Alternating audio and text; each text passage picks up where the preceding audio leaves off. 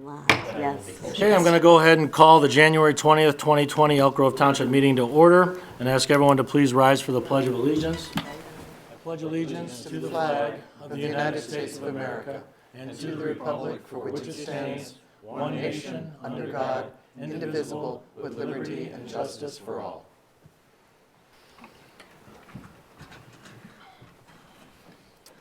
Thank you very much. I'll ask Clerk Busse to call the roll. Trustee Satern. Present. Trustee Niewiardowski. Present. Trustee Ingraffia. Present. Trustee Keenley. Present. And Supervisor Sweeney. Present. Is there any public comment? Seeing none, we'll move on to the consent agenda. Any items that the board would like to have removed from the consent agenda? Okay, I will just highlight that there was, in the board packet, was the sixth draw from Integral, and then Paul sent out an email that we overlooked the fifth. Were any concerns about that one? No. Okay, all right. If there are no questions or no items to be removed from the consent agenda, can I have a motion to approve the consent agenda as presented? I move to approve all items on the consent agenda. Okay, the motion's been made by Trustee Satern, Second. seconded by Trustee Ingraffia. Any discussion? Roll call, please. Trustee Satern. Aye. Trustee Niewiardowski. Aye. Trustee Ingraffia. Aye. Trustee Keenley. Aye. Supervisor Sweeney. Aye. Motion carries. Okay. Item E, discussion of potential action on approval of minutes. You have the minutes from the December 23rd, 2019 regular board meeting. Any questions or changes for those minutes? Okay, seeing none, can I have a motion to approve the minutes from December 23rd, 2019? So move. Moved by Trustee Niewiardowski, Second. seconded by Trustee Satern. Any discussion? All those in favor, please say aye. Aye. Aye. Opposed? Motion carries. Okay. George, Clerk Busse requested that a resolution number 2020-01, League of Women Voters Recognition of Anniversary, be put on the agenda. I think I just sent an email out to the board just expressing my concern before the meeting. I believe it was over the weekend, that regardless of the good intentions of here, and has nothing to do with the League of Women Voters in and of itself, they do recognize themselves as a nonpartisan political organization. That being said, in our official capacity as board members, I think it's a dangerous precedent to start recognizing political organizations, regardless of how we feel or what could be perceived as good or bad work. So that's my thought. I don't think that this resolution should be approved. Nothing to do on the content or the organization, just we should not be involved in political activity of this nature, in my estimation. So with that, I'll open it up to the board for discussion if there is any. I feel that while it is a very fine organization, they do make recommendations on policy.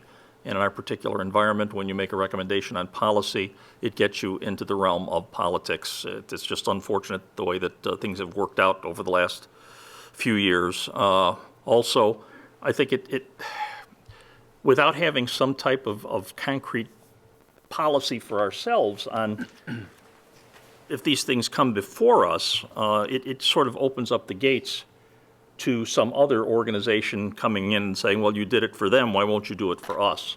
So I would be a little bit leery of setting a precedent that way. Any other discussion? I would like to recognize their 100th anniversary. I think they do a lot of important work Agreed. with getting people registered to vote, which is a big problem, and informing them. And I do know that even though they do make some policy recommendations, recognizing their 100th anniversary is not endorsing their policy recommendations. Fair enough. Any other discussion? Okay. This was requested by the League of Women Voters of Arlington Heights, Mount Prospect, Buffalo Grove area. And as was discussed here, it is in connection with the 100th anniversary of the League of Women Voters being founded around 1920 or whatever, I think that was the case.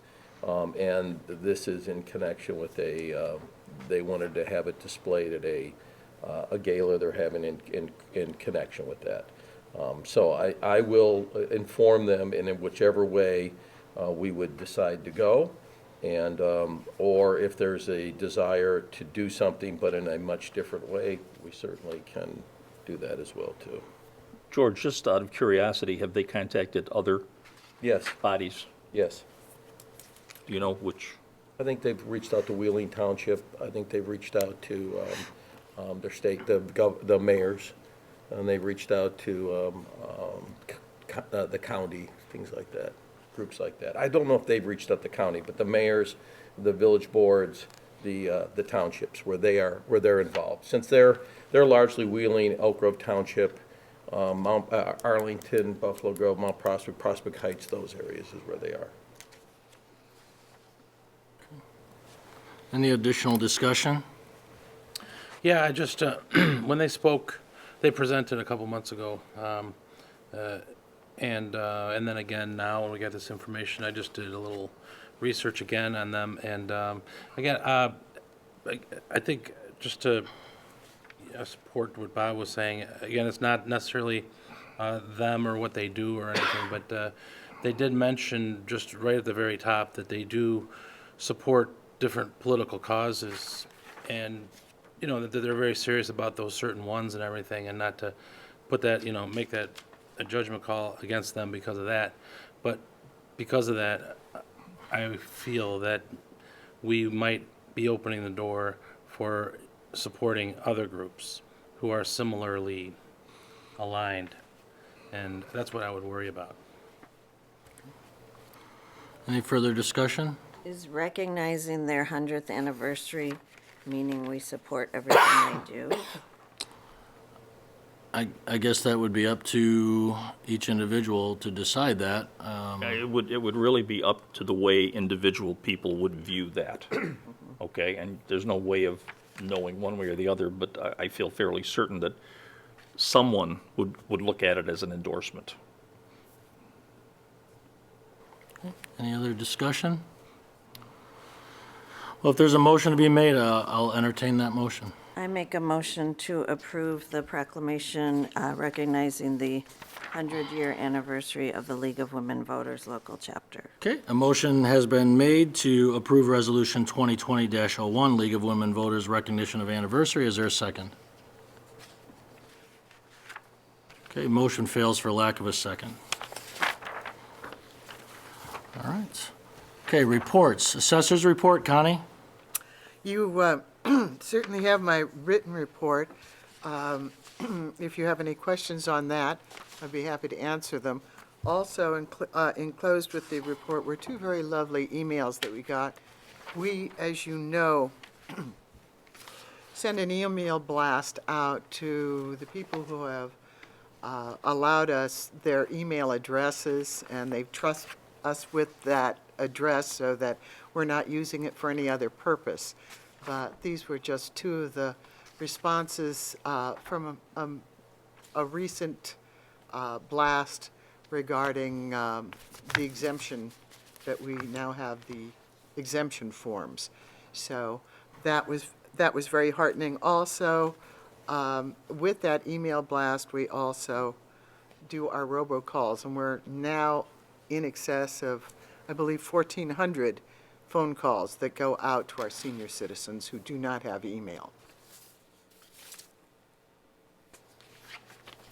Any questions for Connie? I just have one question. I had a resident recently say he needed to come see the assessor, and he wasn't sure when the new office was opening, so you'll probably address that later. But as of Yeah, in far my as I report, know, yep. it's like, go to the old office until February 3rd. So you can let us know. That'll be if that's- updated, and we'll have to, I wanted, before we put out any additional information, I wanted to update the board, but I'll update tonight. And we're Thank you. telling people to watch the website and to call first Okay. before they come in. Good idea. You know. Thank you. Okay, any additional questions for Connie? Thank you, Connie. Clerk's report, George?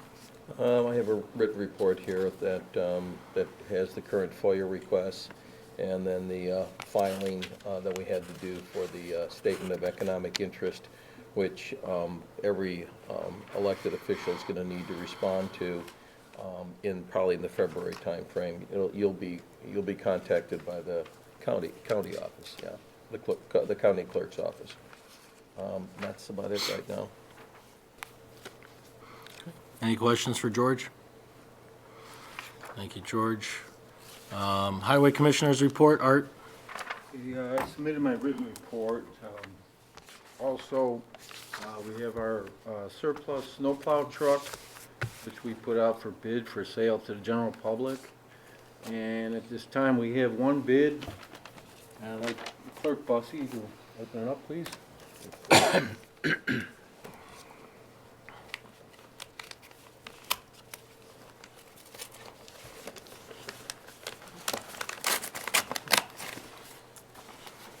And the nominees are, this is a bid that was received from,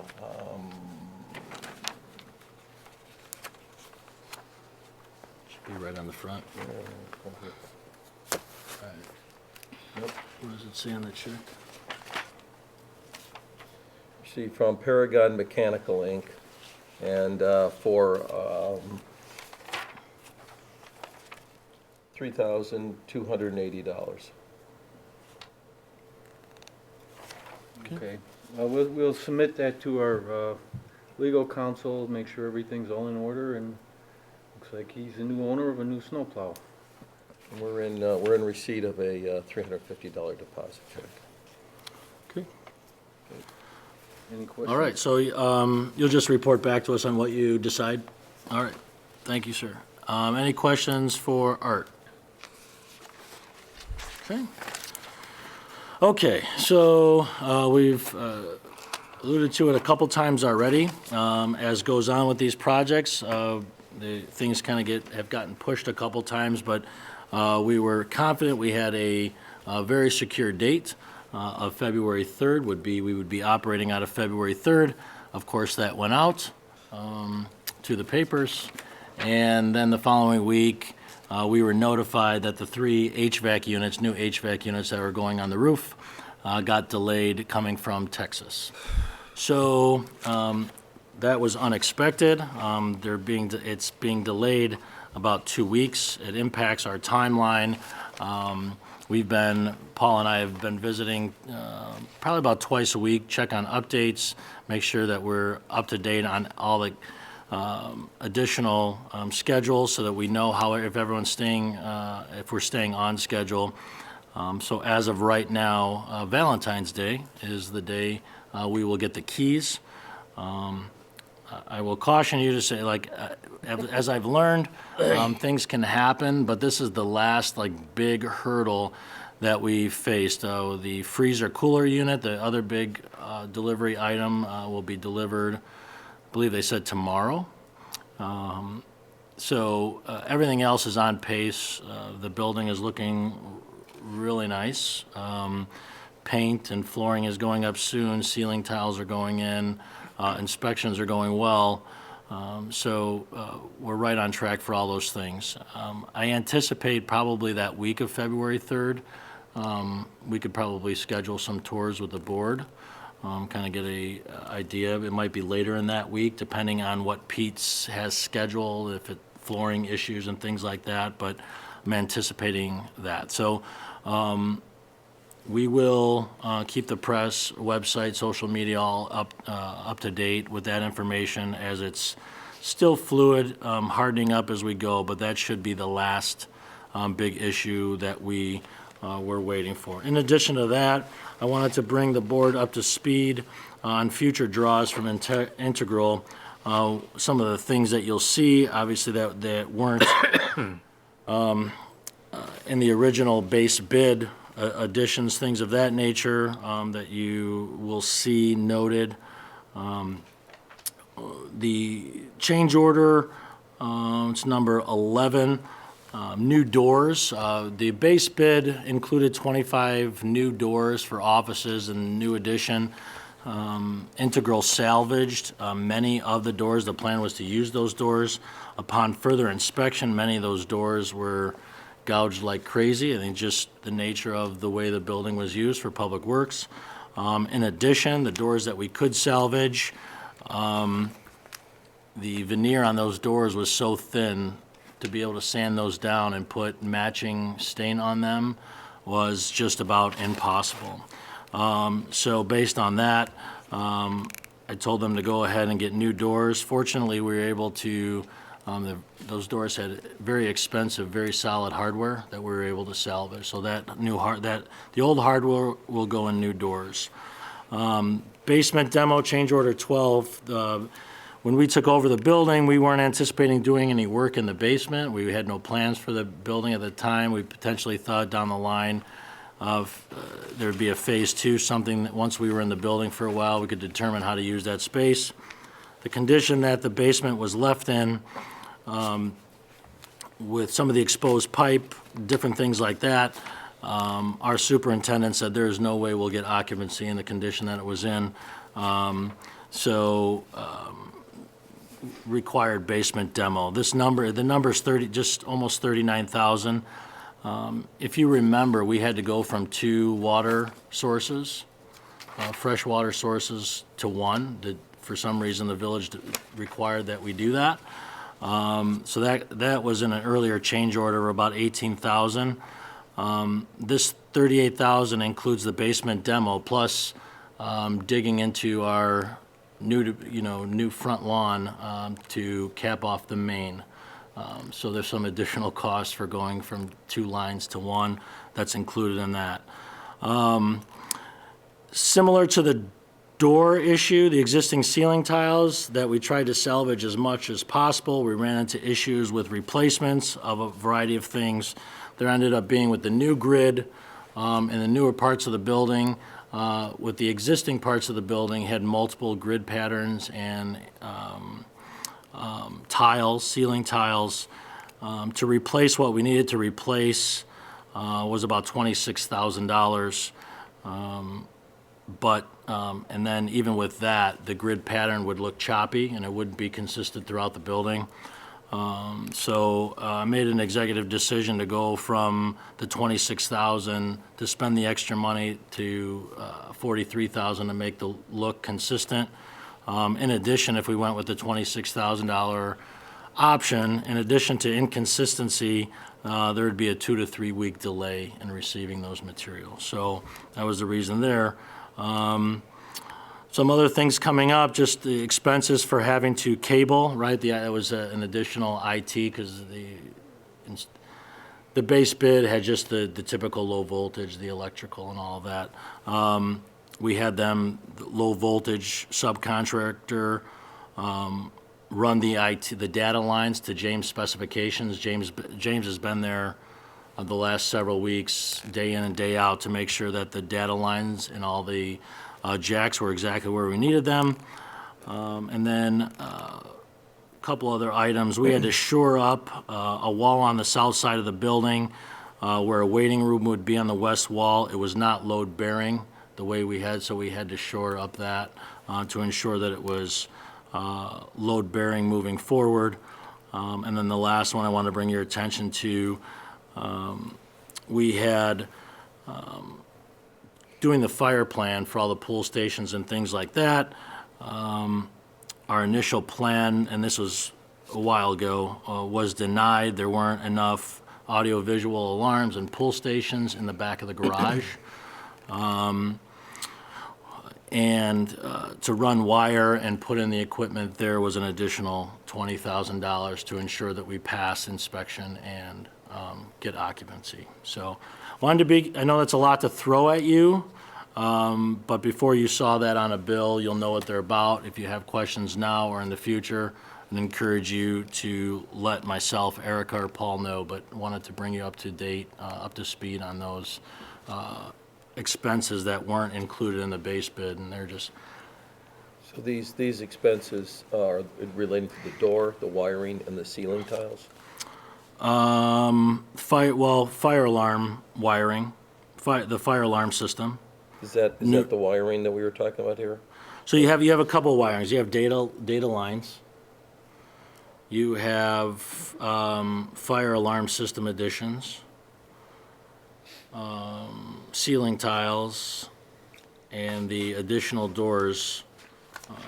So the wiring, but the two wiring are data lines and fire alarms. Correct. Okay, and approximately how much the additional cost is this? Oh, I should have added up that number, but we're looking at, the new doors were just under 20,000.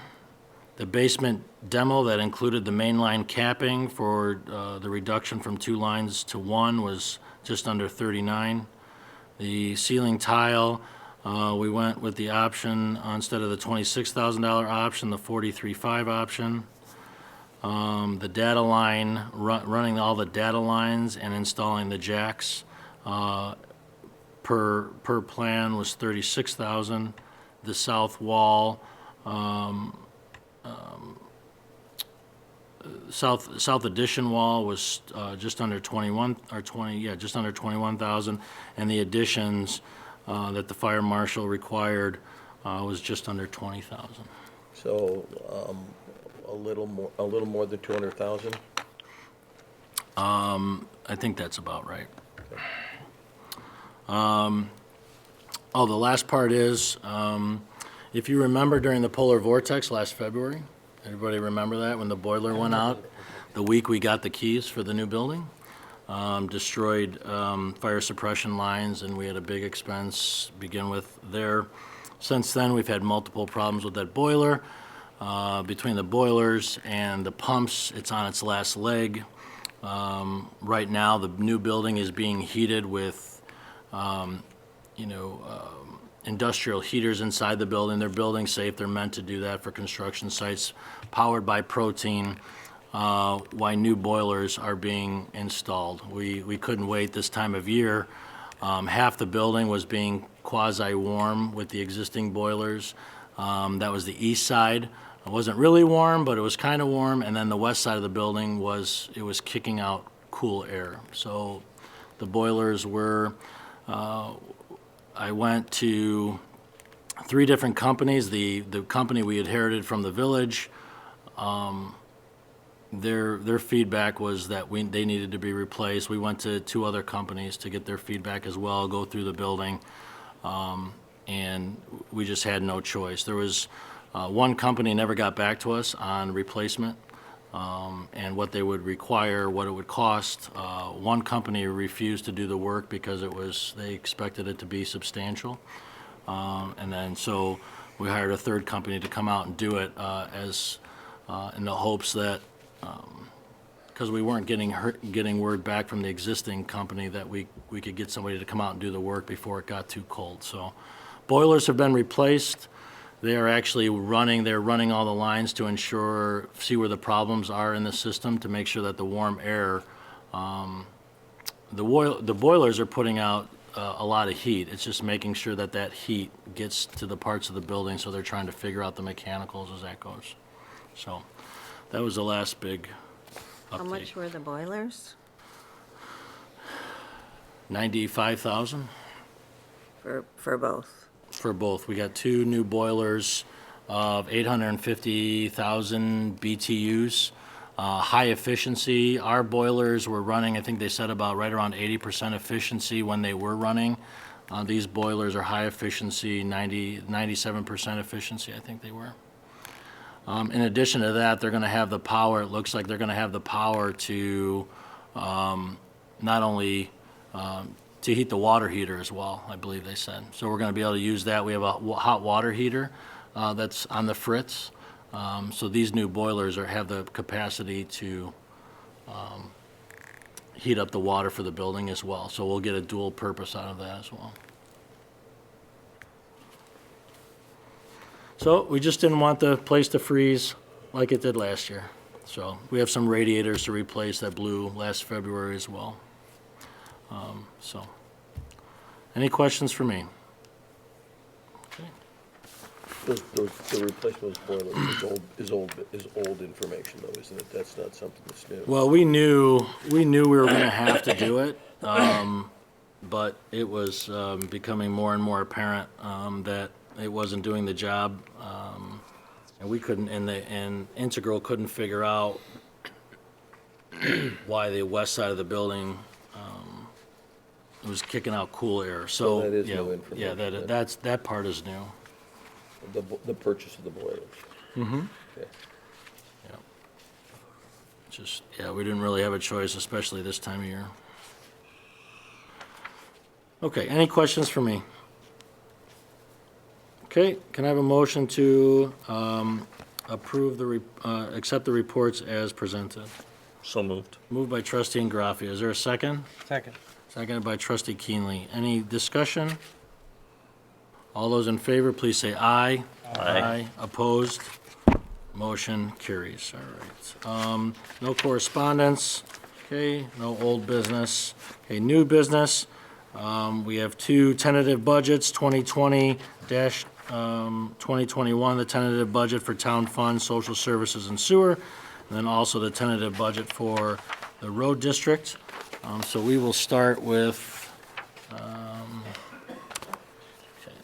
let's start with the town fund, social services and sewer.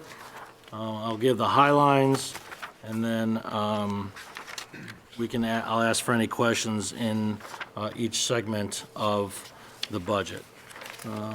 Okay, so for town fund, estimated receipts for 2020-2021 are $2,487,971. The breakdown is there. Any questions about that portion of the budget? Okay. Estimated expenditures. Total $50,500. Any questions? Okay. Contractual services totaling $426,000. Any questions? Okay. Commodities and miscellaneous totaling $27,500. Questions? All right, capital outlay totaling $185,000. Okay, any questions?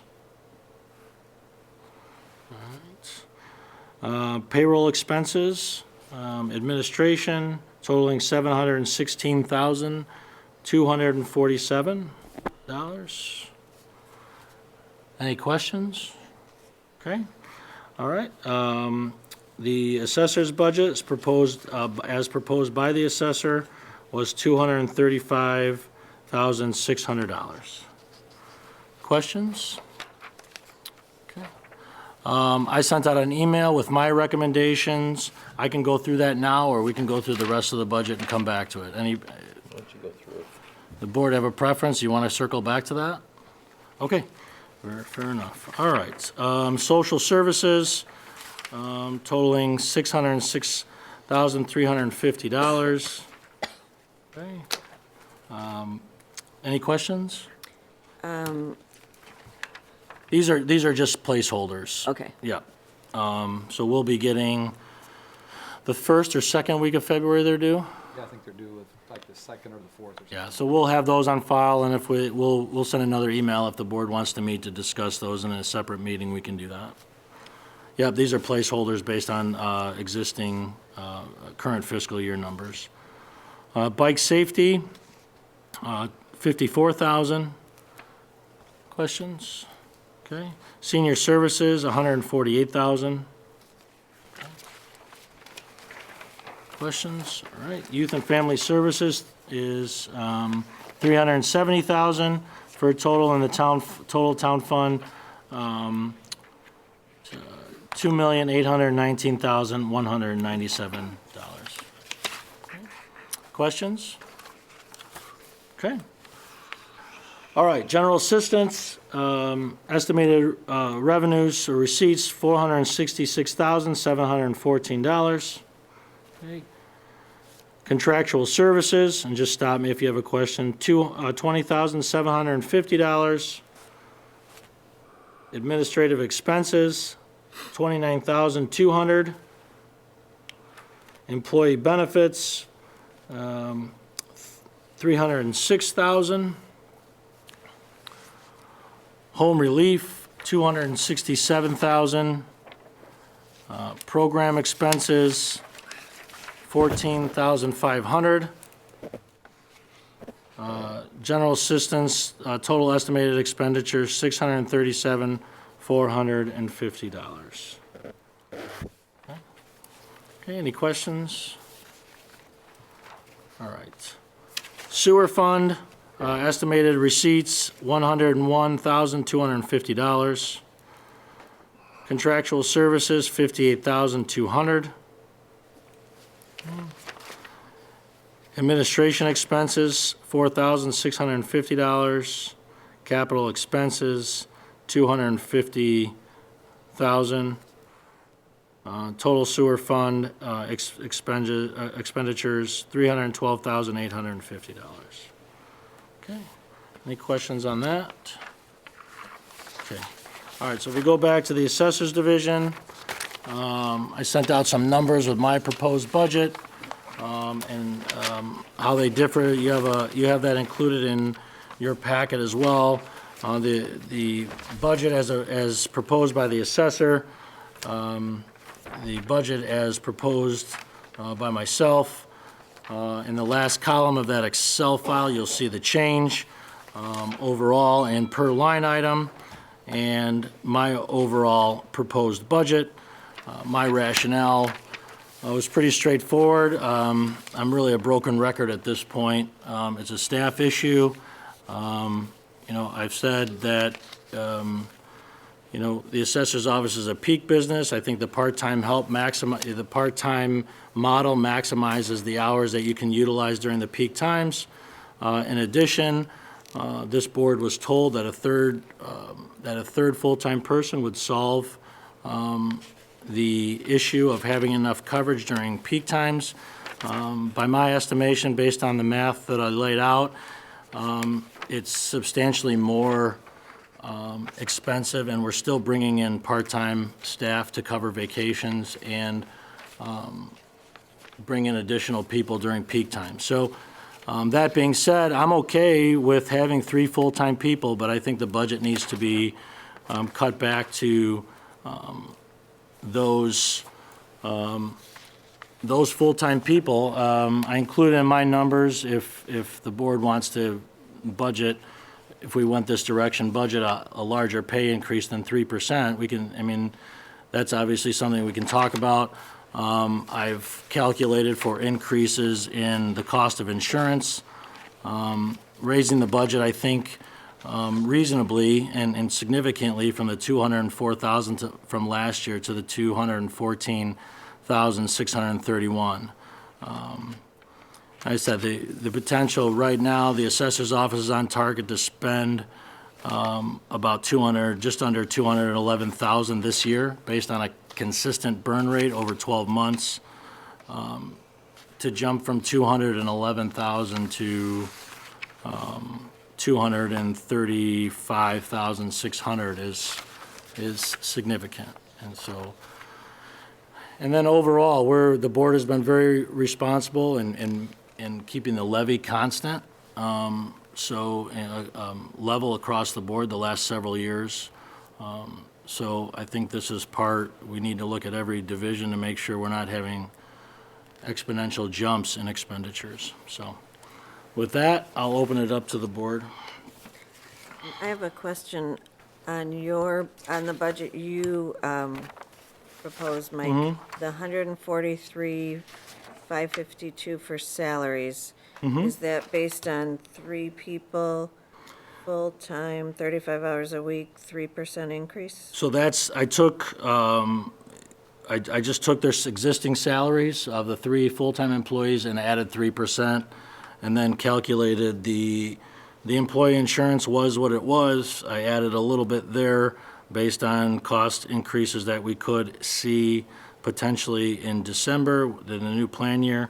But the FICA and IMRF were just straight percentages based on the number, yeah. Might I have the ability to respond? Of course. Thank you. George, if you'll pass these down, one for everyone.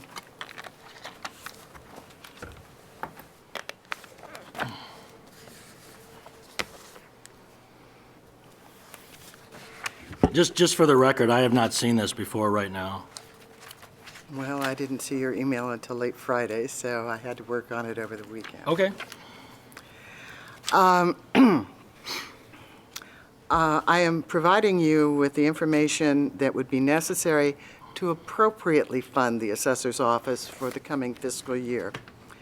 In response to Supervisor Sweeney's presentation, let me proceed line by line from my current budget proposal, taking into account that I'm willing to reduce certain budgetary items that have less impact on the functioning of my office and focusing on the essentials for maintaining a high degree of professionalism and efficiency.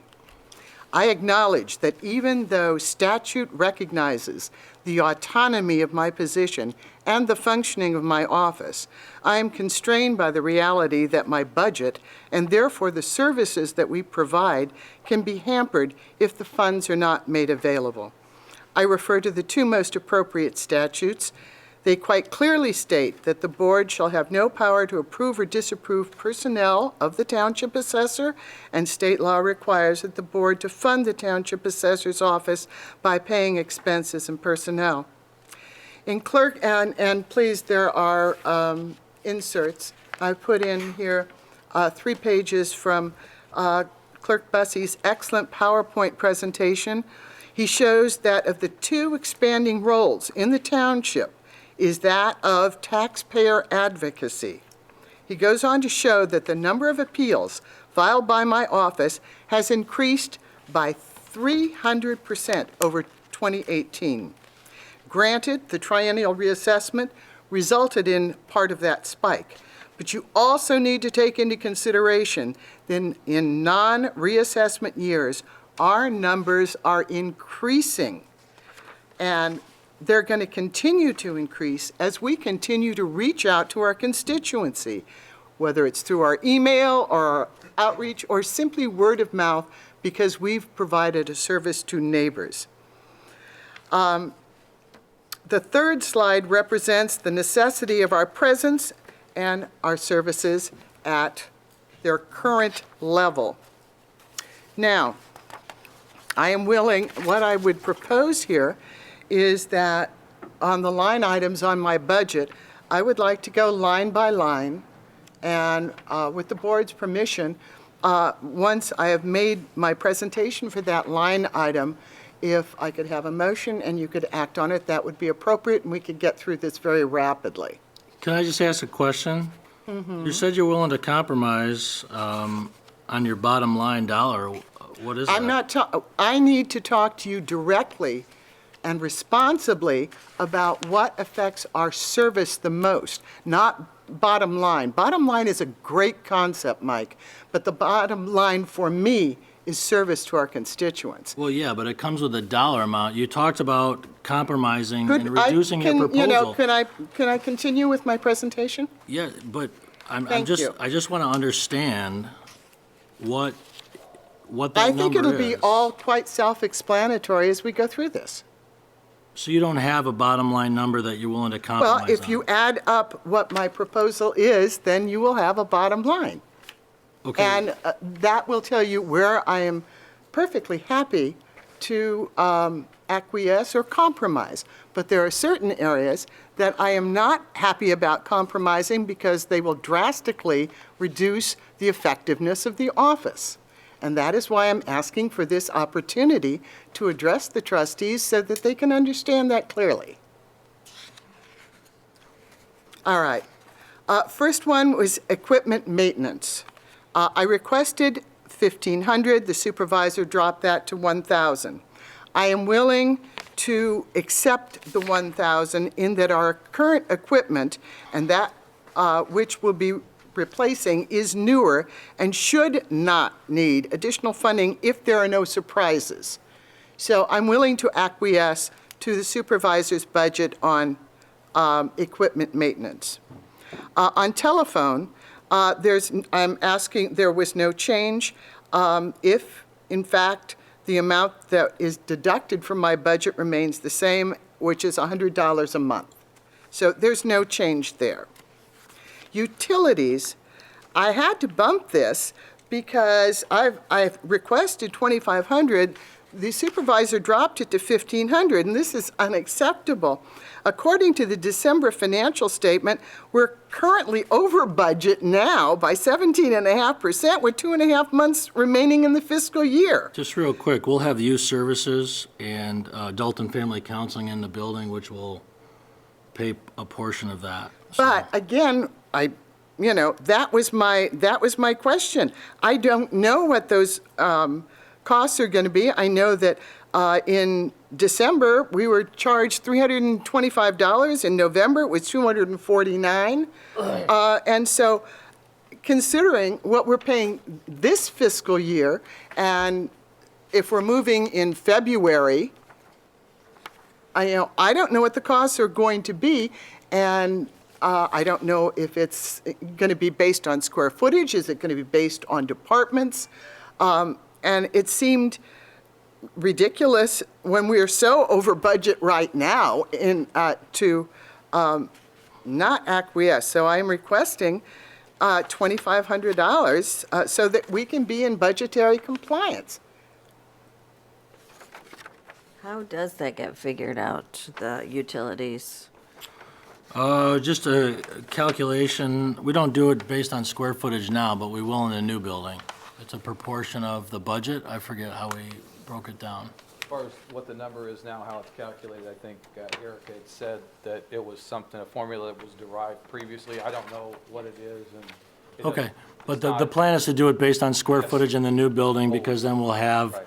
with the added, everybody will be under the same roof, so we'll be able to calculate, and the utilities that youth services are paying now will go towards the overall cost in the new building. We're expecting costs to come down because of the high efficiency lighting system and other utilities, things that we put into place in the new building, so. So you're saying the assessor's budget will be less for that because of... Potentially. But it's totally unknown at this point, correct?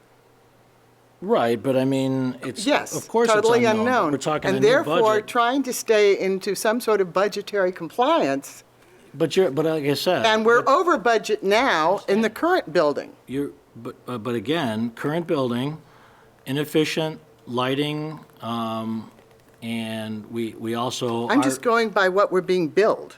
I understand, right. I'm giving you your time to state your rationale. I'm saying that, look, we're tenants.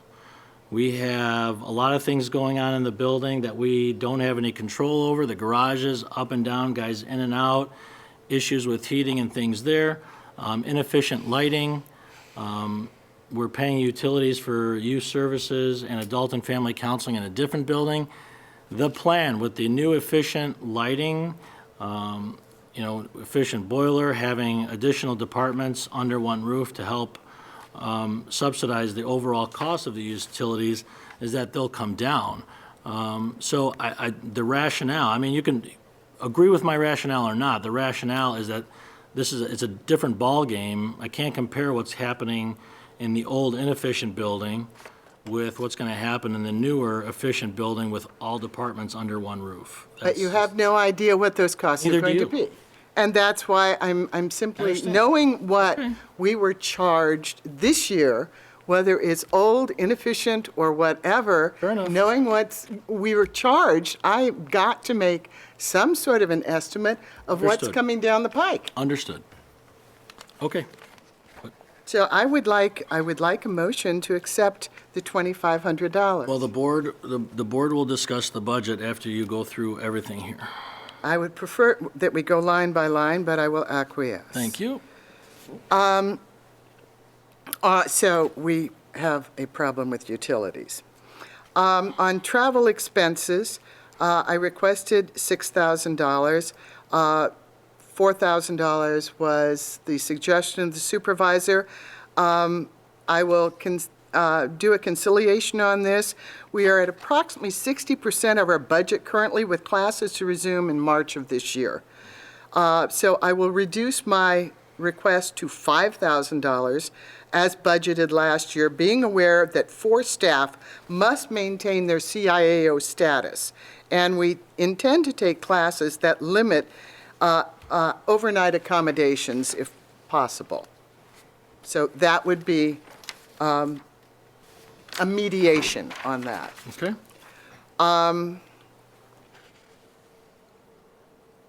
On training, we have already started to schedule our classes for this year, and I had requested, because this had to be done in December and the class schedule was not out then, $5,000. However, we have now scheduled our classes for the year to be compliant with the continuing education mandate.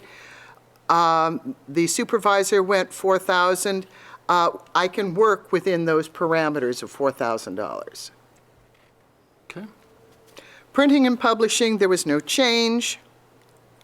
Professional services, I requested $4,000. It was reduced by $500. Currently, we are over budget by 13% with 2.5 months to go. Software updates still need to be installed. Our current provider via the county, a company known as Computer Bits, has been sold to a corporation called Novantech. Therefore, we are anticipating raises in the fees that we have paid to Computer Bits. The Cook County Assessor will institute its new computer system by the end of 2020.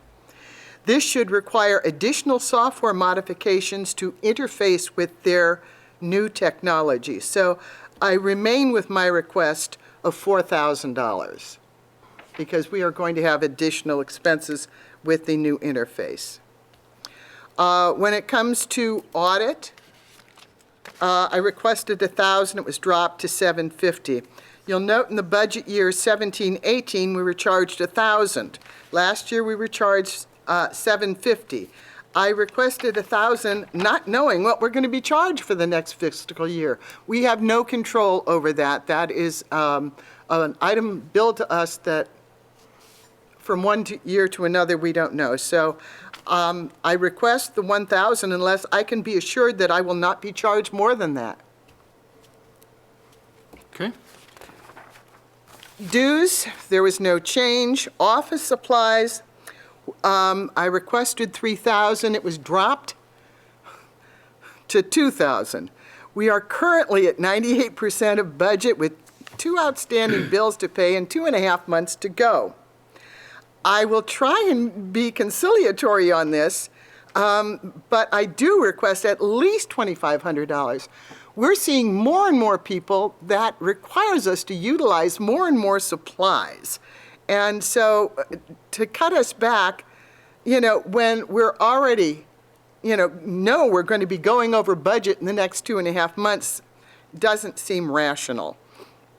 So I am requesting and making a conciliation of $2,500. Miscellaneous, there was no change. Equipment, I had in there $3,000. The supervisor dropped it to $2,500.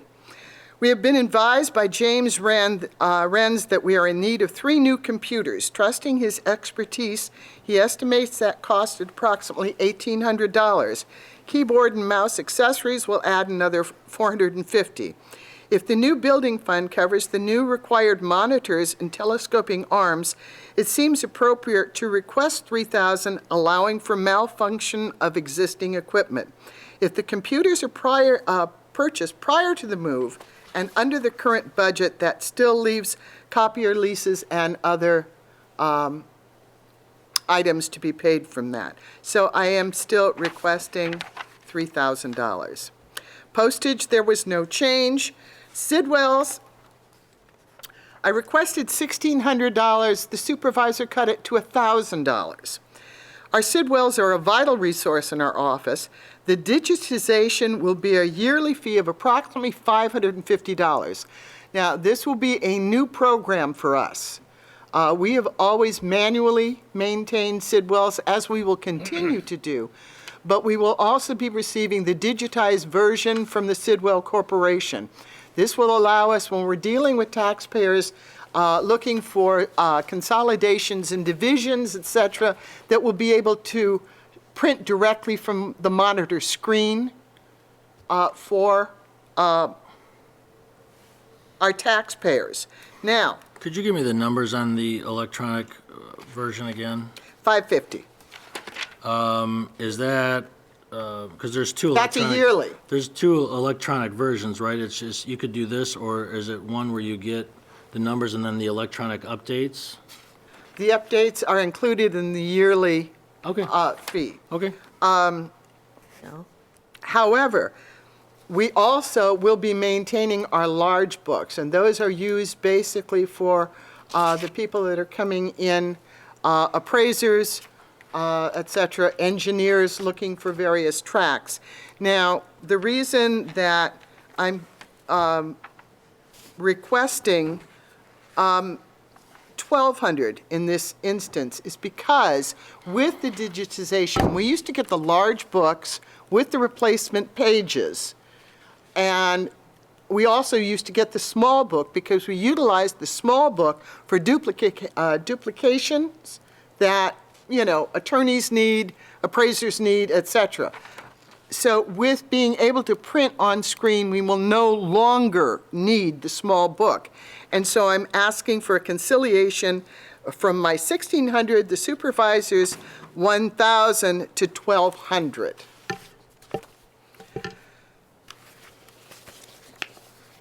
If it's digitized, you don't need the small ones anymore.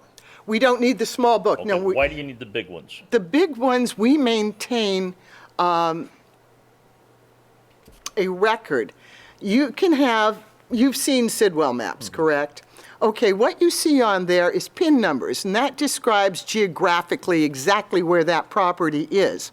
However, when we maintain our Sidwells and we get the new Sidwell pages because of consolidations, divisions, whatever, we make sure that when those pages come in, there is an actual mailing address that we specifically put on there ourselves. We can't get that data from the Sidwell company. We've tried. We're under the impression that the data may be out there and may be available to the treasurer's office, but they are not letting it outside to us. So let's say you come in, you want to do a consolidation, you want to do a division, and you say, well, yeah, here are the properties around us, and all you can see or get off of this would be an 11-digit PIN number. Because we maintain these records, now he can look and say, this is 123 Elm Street. This parcel is 126 Elm Street. So that, because anytime you're doing any time of... I'm sorry, Connie, at what point in time do you put the address into the book? When we get the new pages. You see, not every page is changed every year. Sometimes we get 10 pages, sometimes we get 20 pages. When those come in, we take those pages out of the old book and make sure that all the addresses are correct and those are reprinted so that they become an additional resource. Initially, Yes, when does that address go into the book? When do you put that address in the book? when we get the pages. I'm not understanding your question. I guess, the addresses aren't there. They are put in by hand. Correct. When do you put in the address by hand? Every time we put a new page in. Where did the address come from? That came from the Postal Service, et cetera. And we did a program with the Cook County Assessor, a property location program. God, that has to be at least 15 years ago. of putting an address with every pin. When we helped them build that database, we took it upon ourselves then to transfer that information onto our Sidwell books. Took a heck of a lot of time. However, now, as we only replace a page, now we're only transferring the addresses for the pages that are coming in new. Do you see? Okay. All right. Are there any other questions about the Sidwells? All right. The one that's most troubling to me, and quite frankly, it should be the most troubling to you, is salaries. And I obviously know that you read Supervisor Sweeney's email. Current salaries for 3 full-time employees are $139,103. That reflects 35 hours a week, 52 hours, or 52 weeks a year. With a 3% raise, that's $143,407. If, in fact, this is the number that you go with, you will have, in fact, crippled my office. This does not take into consideration any additional hours required to meet the needs of the taxpayer. The example does not include our 4 normal outreach programs. This allows taxpayers that find it difficult to come in during normal business hours to receive assistance. Also enables our taxpayers to interface directly with the Cook County Assessor's Office and the Board of Review. That in itself is eliminating over 400 of our taxpayers. That's how many people we had at our outreach programs this year. As of 1/15/2020, we have expended $121,18. If you add 10 additional weeks to the end of the year with no additional part-time help, we will be at $147,793. Our budget was for salaries of $138. At that time, I informed this board of the additional hours required by the triennial. When the budget was discussed, I was told that if I needed more funds, they would be allocated.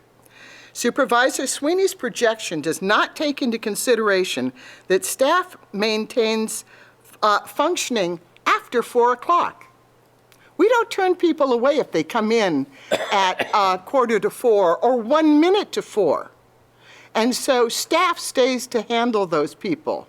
That's over and above the 1,820 hours that he's allocating us. If that's the case, we're going to have to say, I'm sorry, but you're going to have to come back tomorrow. It's 4 o'clock. We can't stay. We don't have the budget. Phone calls are never returned when we've got taxpayers waiting. That is always done, particularly appeals, tax bill time, exemptions where we're in now. If somebody's in our office, they are our first concern. They have taken the time to come into our office.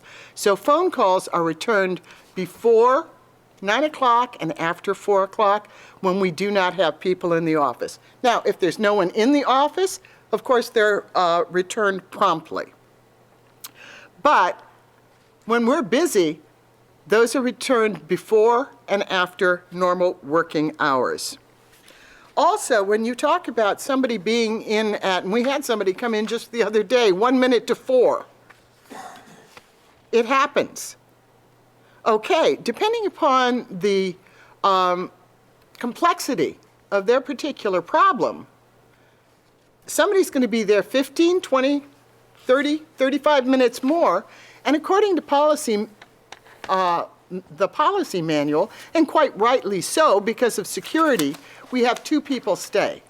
I'm not leaving somebody alone in the office when the building is closed.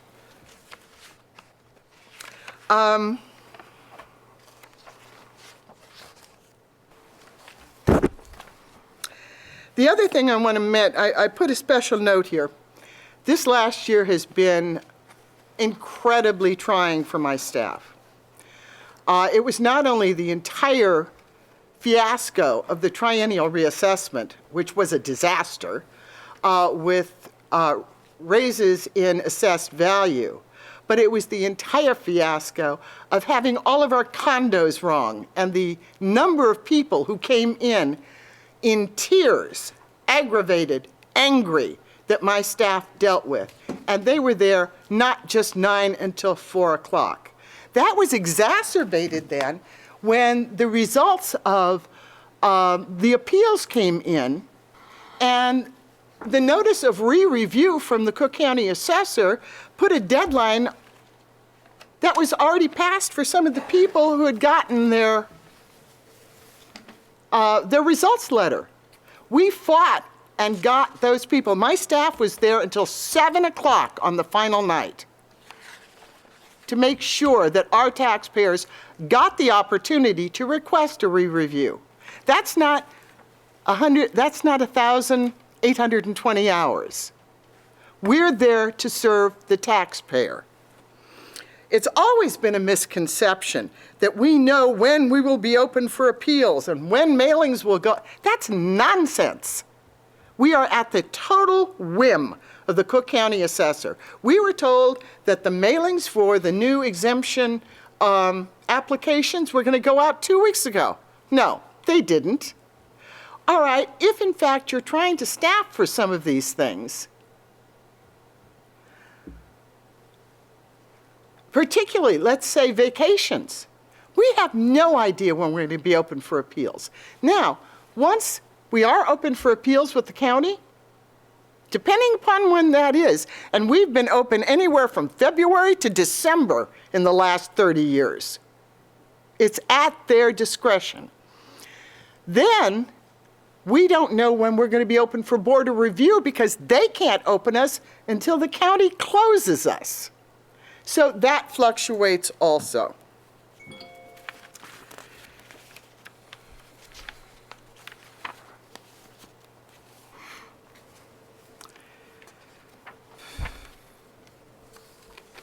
I've requested $155,000.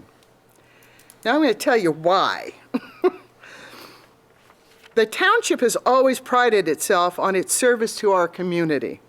You see that the letters that I even today are in your packet of how our taxpayers appreciate us. If you were accepting Supervisor Sweeney's projections, the following scenario is certain. It is certain. There will be no outreach programs. There will be delays in phone calls being returned. Taxpayers will be turned away at 4 o'clock. You'll be demolishing our record of immediate and efficient service.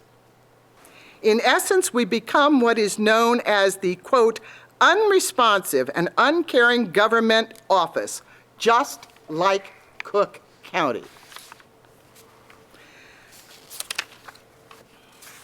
So what I'm saying to you is the reason that I requested $155,000 is that my staff, whether it's 3 people or 3.5 people or whatever, don't put in just 8, my full-timers put in far more than 1,820 hours.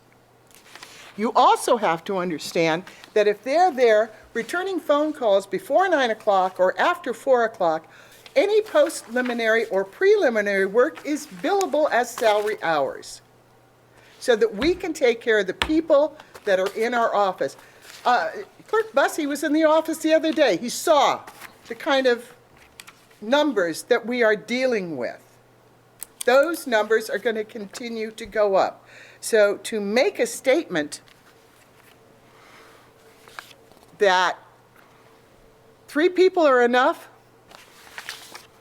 you can force us into 3 people. You really can. But I want you to ask yourselves, do you want our seniors sitting in my office for an hour and a half, 2 hours? We had a wait time, even during the triennial, of over an hour. You put this budget into place, our wait times are going to exceed that. Also, So I'm requesting the 155, and that is with, a 3%. I didn't go above that.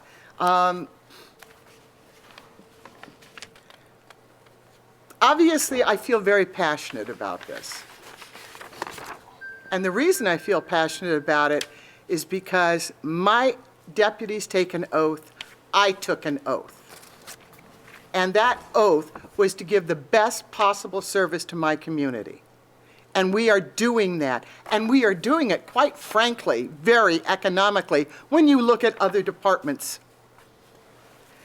Accordingly, there was no change in employee insurance. The FICA, of course, is based upon whatever, and the IMRF, whatever you deign to give us in salaries. With all due respect to this board, the difference between what I have agreed to in this conciliation will allow my office to maintain a well-deserved reputation that it holds with our taxpayers. Anything less deprives our constituencies of the services we, through our oaths of office, is pledged to give them. I would hope that you would continue to support our mission to provide taxpayers with the highest quality of service at a most reasonable cost. Given the conciliations, her budget, the assessor's budget would come in around $231,950. It's a reduction of about $3,650. Okay, thank you. If I were to accept your premise about the projection that you made about no outreach programs and down the line, how many more hours would your 3 employees need to? Currently budgeting overtime of 20 hours per staff. Overtime hours? No, that's one thing, let me get that very clearly said. We avoid anything over 40 hours. Yeah, I'm just asking for clarification. You said overtime, so I mean over the in 35 excess. hour, in excess of the In regular excess, 35 hours. I Okay. generally am looking to approximately, I have my notes here.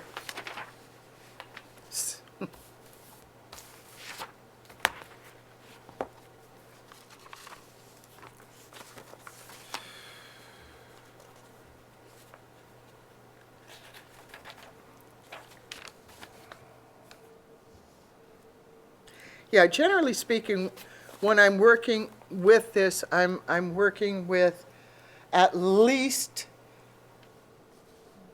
I believe I had it at 40 hours, at 1,860 hours.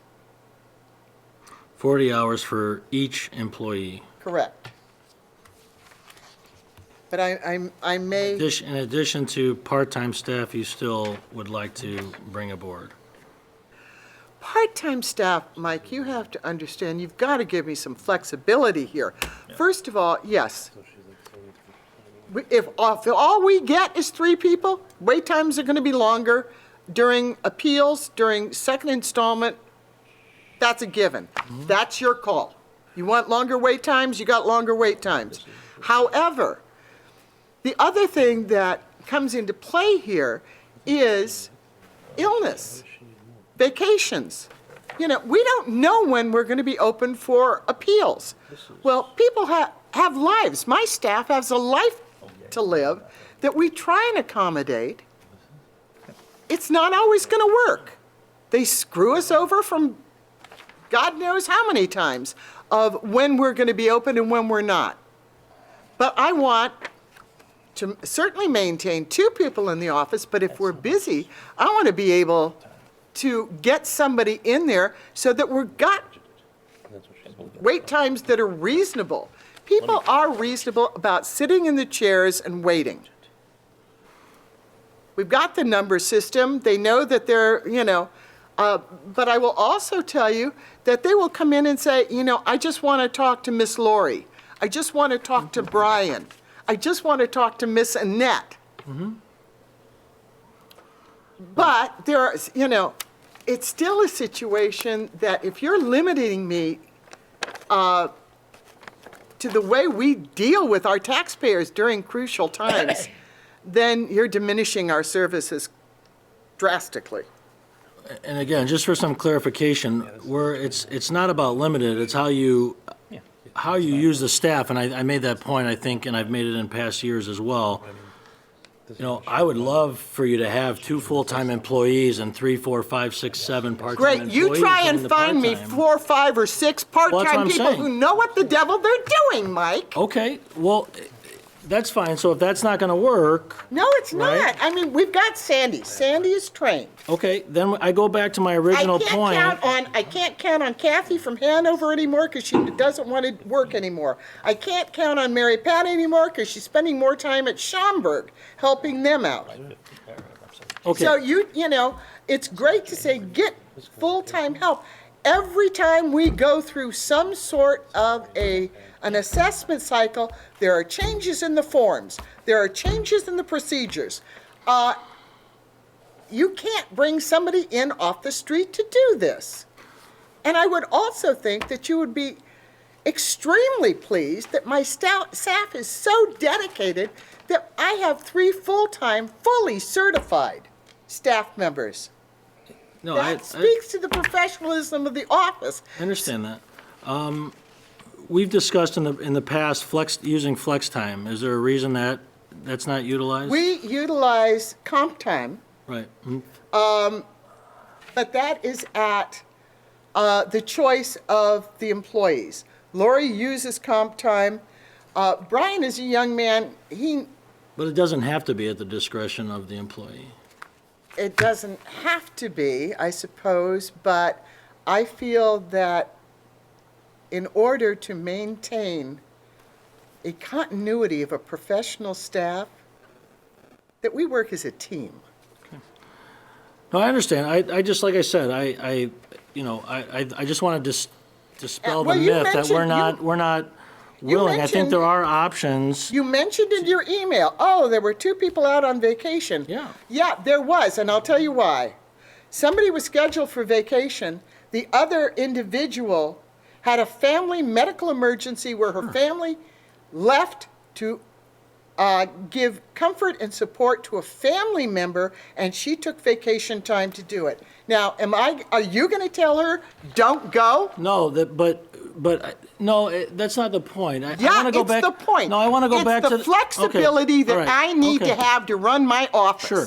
And I want to go back. I think it's good to refresh the board on the promises that were made several years ago, right? It's, give me the third full-time employee, and that will do it. That will solve what I need to solve, and I'm sorry, it's clear that this third full-time person hasn't. So the question becomes, how do we solve the problem?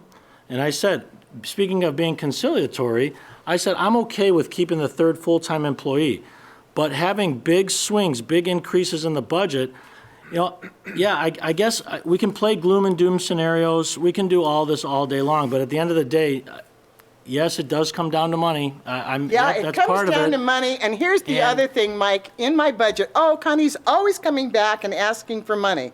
Well, golly, what was it, a few years ago, you transferred the health insurance onto my budget and then told me I was asking for so much more money. Then you put on audit, and before that it was utilities. I don't even, I'm not even able to control my line items by what is being forced on me, from other departments. So. Well, those increases corresponded with additional revenue, and I never calculated the increases of your requests with those additions. So any additions that I've calculated were with those in there. And the one addition you don't calculate is we're seeing more and more people. And it requires more and more hours. Okay, and here's my overall question. At what point do we solve the problem? How do we solve the problem? All I hear is, this will solve the problem. Well, no, it won't. This will solve the problem. Well, no, it won't. All I want to know is, how do we get to a point to where we can solve this issue? At what point is there a break point where we won't see these significant jumps from budget year to budget year. That's what I want to get a handle on. That's what I want to, that's what I finally want to get to. What I'd Last like year, to what I get a want to finally handle get to, on hold on, just let me finish. Is why. Just let me why finish. why you put a dollar amount on the success that we have exhibited because we have more and more people coming in that require more and more man hours. Why don't you, why don't you put that factor in? Well, I understand. That's why we ask for more money. I understand that you don't want me to put, it makes it a lot easier if you don't have to put dollar amounts on it, but we do. Well, and I And put I'm a like- dollar amount on it, and it's a reasonable request. And I want, and I'm glad, because last year I wanted to get to this point in the conversation for this budget year where we're finally at the point to where we can finally talk about what will solve the staffing issues. I want you to have the staff that you want, but at some point, we have to say, okay, right? We've held the line on the levy. When can we expect holding a reasonable line here? And I get that people come in and fine. Like I said, you can set up all the scenarios you want, but that doesn't mean we can just significantly It depends on what increase kind of service you want to give, Mike. And if you don't want to give good service, Okay. your budget's great. Okay, well, that premise is just, I won't acknowledge it. Anyway, I'll open it up for discussion from the board. If it was added to the budget, 40 hours each for her 3 employees, 120 hours total, how much would that, I don't have that number.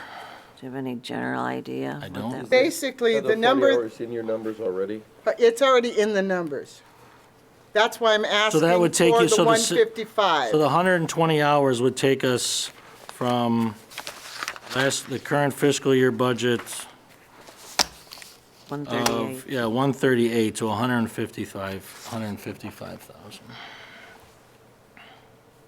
So that means that we are able to do our outreach programs, and we're able to not close the door at 4 o'clock.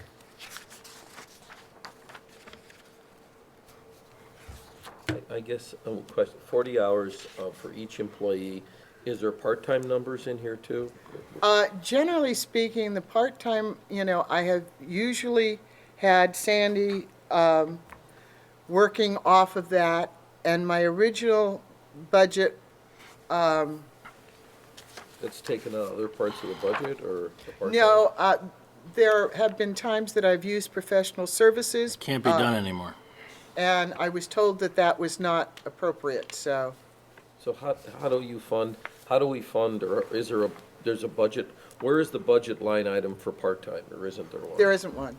It's always under salaries. Okay. That's just fits. But I thought the salaries was just the 3 full-time employees.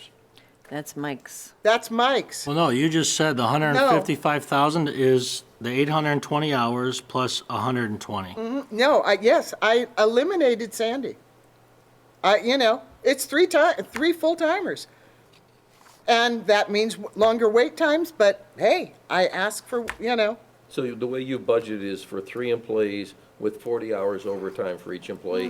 Nothing else is budgeted? So let me ask you this. So if we still have gloom and doom at 155, but that's what you asked. That's longer wait times. But that's what you asked, but that's what you proposed in this budget anyway. I realize that, Mike. What we also try to do is we try and work efficiently. Do you honestly think that we go out there and say, well, we got to spend this 155? That money is there only if we need it. Okay. We needed more this last year because of the horrendous conditions that we had to work under. I'm hoping this will be a better year, but we've already been jerked around a couple of times with the county so far, and it's only January.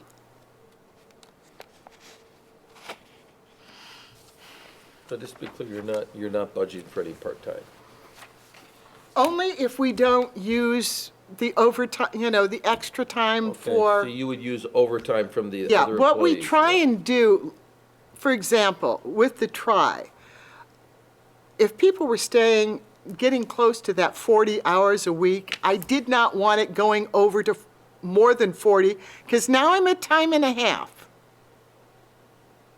And so we try and rotate people after hours so that nobody gets over that 40-hour max.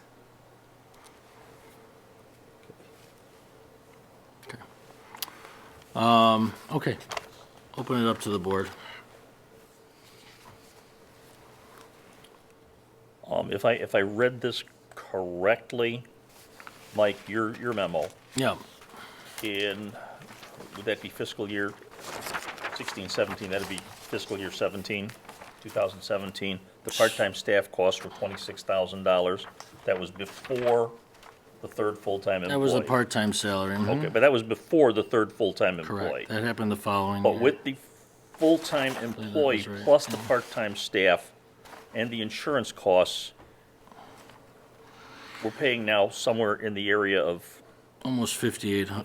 58,000. And we still have a problem. And we still have a problem.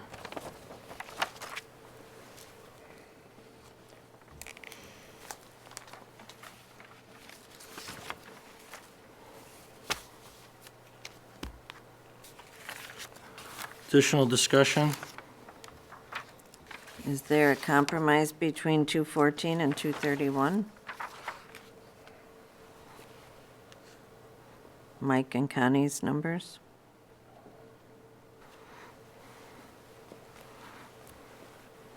I've offered compromise.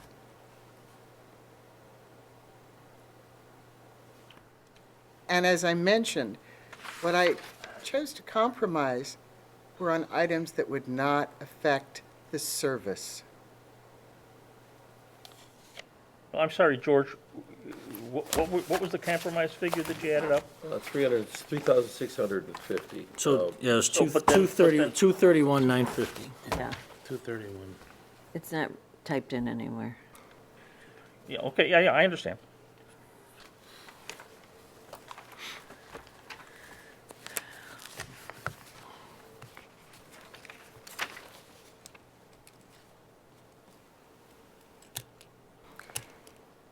It is a very big part of our services to the public and a very important part, and we serve probably more people in the assessor's office than anywhere else in the township.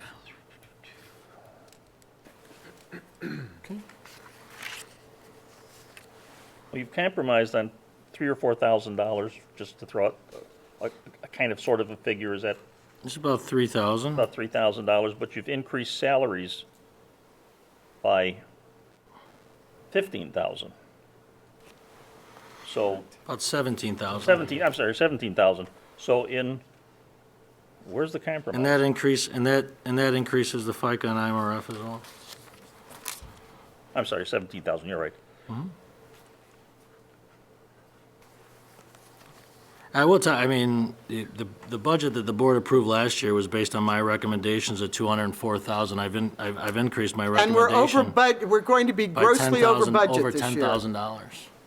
We're going to be grossly over budget this year. I would, not based on your projections, unless there's. Oh, yes, based on our projections. Well, I thought the I'm- projections were for about $6,000 over budget. What's that? Maybe I misread Yeah, it. the but I thought projections for about 6,000 about over budget. 6,000 over budget. That's what, but that's based on a consistent burn rate over 12 months, which never happens. It's rare that you have a consistent burn rate. The only time we get a consistent burn rate is on our social services, where we get a cut, where we give them a percentage every month, the bigger ones, or salary, where it's consistent across the board. So But in you're every saying- line item, it just doesn't happen.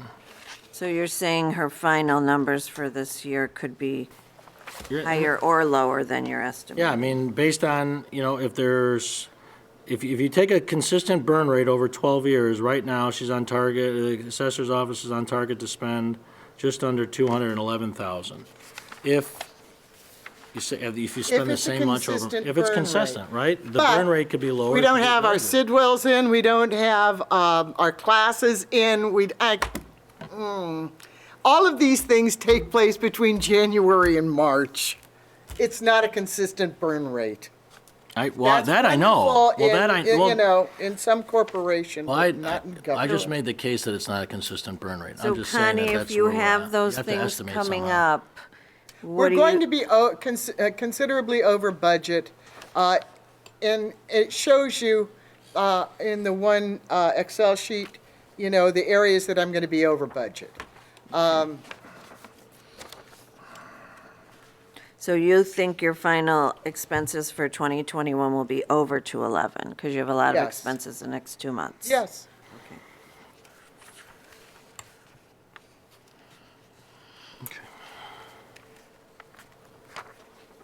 James, you know, said we've got to replace those computers. These are all things that we need to function.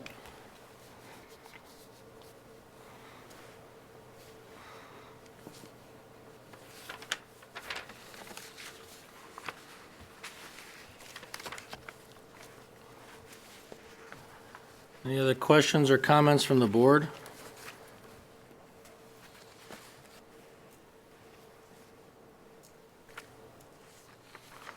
Any thoughts on what the board would like to do? I'd like it to find a compromise between the two numbers. So far, I'm the only one who's compromised. Well, and again, excuse me, compromising on 3,000 or 4,000 and increasing salaries by 17,000. Not a lot of a compromise there. I run my entire office on less than the salary line items in various other departments in the township. And my people see more people and serve more people than anybody.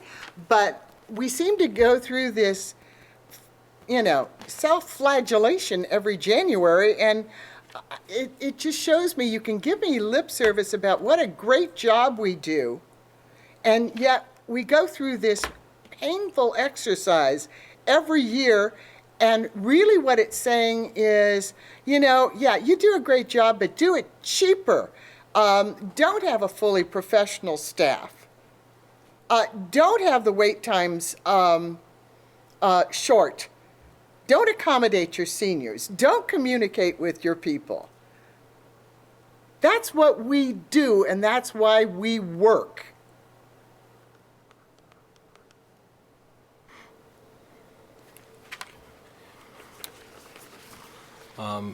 I mean, you know, I would like to see how we solve this problem, the staffing problem. I think there has to be a solution out there, other than just more. I think there's got to be a way to do it. I don't know what the answer is.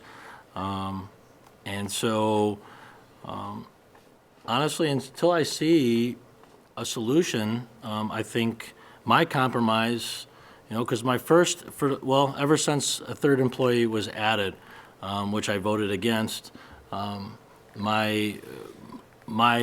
argued that having 2 full-time employees is the way to go, and have part-time staff, so that you can staff up during the peak times.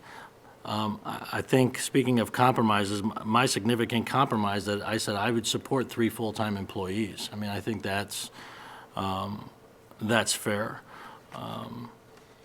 I think using comp time, flex time, however you want to look at it, can be utilized, and especially in a cyclical operation like the assessor's office. I think it's tailor-made for comp hour model, and I would like to see this issue get solved. Again, I point to several years ago when this board was promised that it would And we're be. dealing with more people now. I understand, but it's always. Gee, I no, guess it's just that's not a the price solution. of success.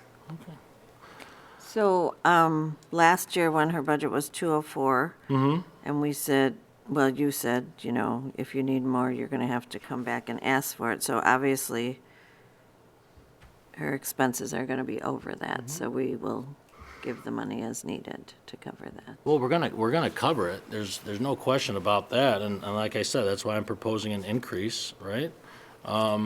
Yeah, we're gonna have to. Yeah, well, what do we have to rebudget? I mean, rebudgeting is not that uncommon. We can rebudget at any time. And that's really what I'm recommending here. If we need to go over that 214,000 this year, after I've increased it, my proposal from last year, over $10,000, then we rebudget until we figure out, and we keep asking these questions. I think the board should keep asking these questions until we find a solution. I would be very comfortable discussing salaries and being more agreeable on these salaries if I knew it was solving the problem of staffing up during peak times. That's all I'm asking for, and I've never gotten that answer, I think and you've that's been what I'm looking listening for. then, because we have, if we, fine. If you've got 3 people and 300 people walk in during the day, they're doing 100 people each, correct? Now, what if you've got 600 people coming in and you've got 3 people? What are the wait times going to be? Are they going to get, Have you ever had 600 people come in? we have over 600, yes, we've had, In one day? not in one day. This Oh, is an okay. example, I'm so, Bob. well, Yeah, okay. But the fact of the matter is, we see 600, 700, 800 people a month. 3 people. And sometimes it spikes more than that because of where we are in the property tax cycle. Mike keeps saying, we got to solve this problem. Well, the problem is we're just really successful in our office because people want to come in, they know they're going to get the help that they need, and so more and more people come. It's in George's PowerPoint presentation. Our numbers, even on appeals, were up 300%. That's the price of success. Unfortunately, you've got to have staff to provide that service. And we go back to this. How do we solve this problem? Our problem is we're damn good at what we do. What does 300% mean? You went from 100 to 300? You went from 10 to 30? What does that mean? I would have to get, I'd have to get our results out. what's the percentage George, based on? yeah, George has the numbers. It's in the package. It's in the package, in the PowerPoint presentation. It's year-to-date filed appeals to both the county and the Board of Review since 2018, 300% on appeals. That's a percentage. I'm asking for the raw numbers. That I don't have. We gave George the numbers, he did the percentages.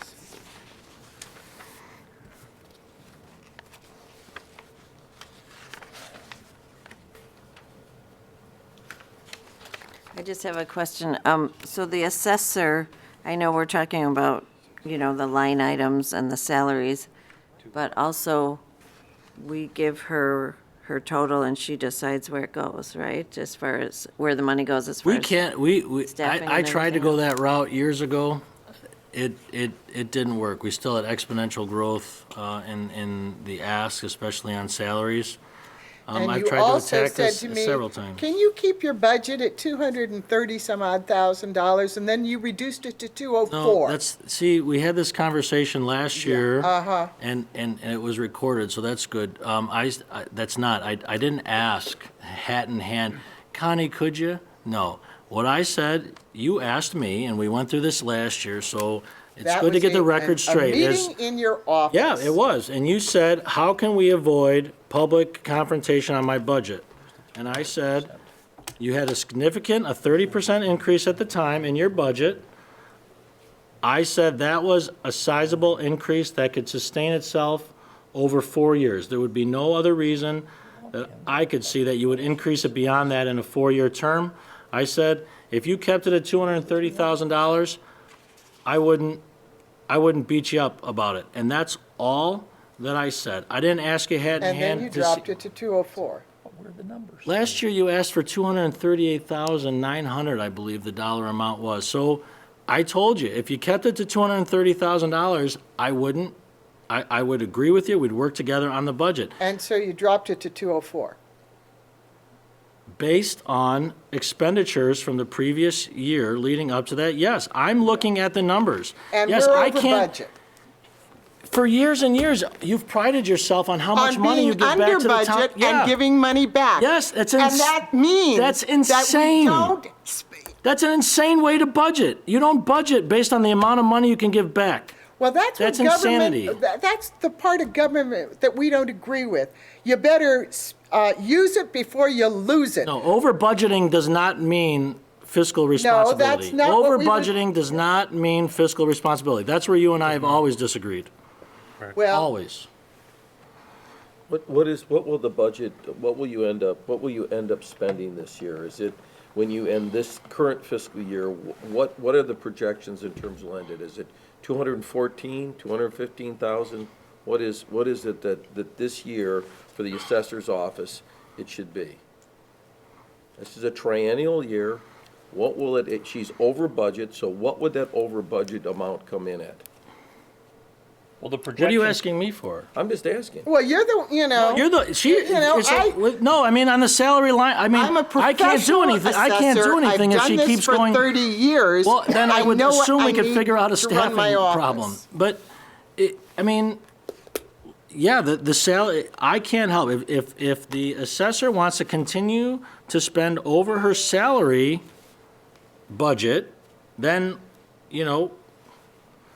what would you like me to do? I mean, if that's the strategy that it's gonna be, I mean, it is what it is. I mean, we can keep going back to this issue, but I would say that if it's a $214,631 budget, the assessor should stay within that budget, given the trends that we've seen, the history of expenditures that I've notated here.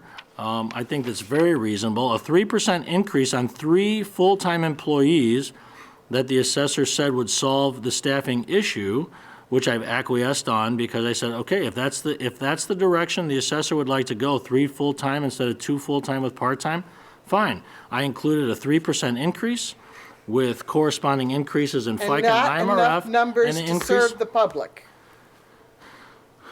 Okay. Not enough, 9 to 4, that's what you got. Okay. If that's, So my recommendation is to move forward with my proposed budget and re-budget if issues come up that we need to address.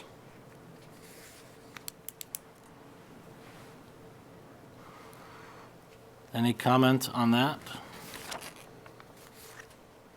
so you're looking for the 214,631. That's correct. I would like to see a compromise. Well, we have to approve a budget for viewing. So, right. So this But would, those numbers aren't necessarily fixed in stone when we pass the budget. no, so so it would have to, based on our board procedures, and the law, it's under, where's my agenda? You have your agenda handy? I don't know what I did with mine.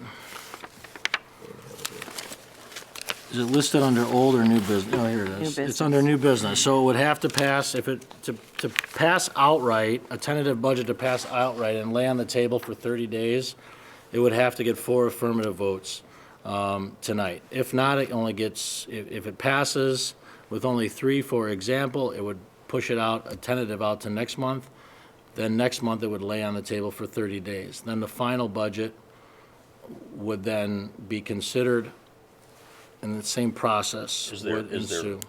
A penalty, We used to pass our budgets in June. Right.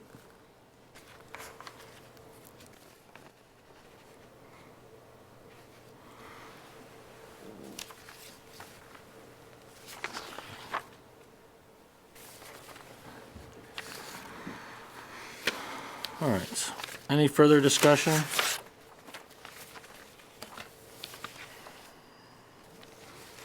All right. let's see where this goes. All right. Well, go ahead. Did you say something? Oh, I'm sorry. Muttering. Oh, all right, then I'll make a motion to approve the 2020, 2021 tentative budget for town fund, social services and sewer, as presented in the documents with the change in the Assessor's Division of $214,631. I'll And the second that. corresponding line items. Moved by myself, seconded by Trustee Ingraffia. Discussion, please.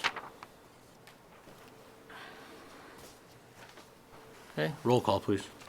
Trustee Satern, No. trustee Niewiardowski, Oh. trustee Ingraffia, Yes. trustee Keenley, Yes. and Supervisor Sweeney. Yes. Okay, motion carries. The tentative budget for the Town Fund Social Services, Town Fund Social Services and Sewer will be moved to next month, so it can be voted on again, and at that point, assuming it passes, we'll lay on the table for 30 days. Okay, the next budget, the tentative budget is for Road and Bridge. Okay. Estimated receipts of $356,000, administration, $91,500, employee benefits, $122,700.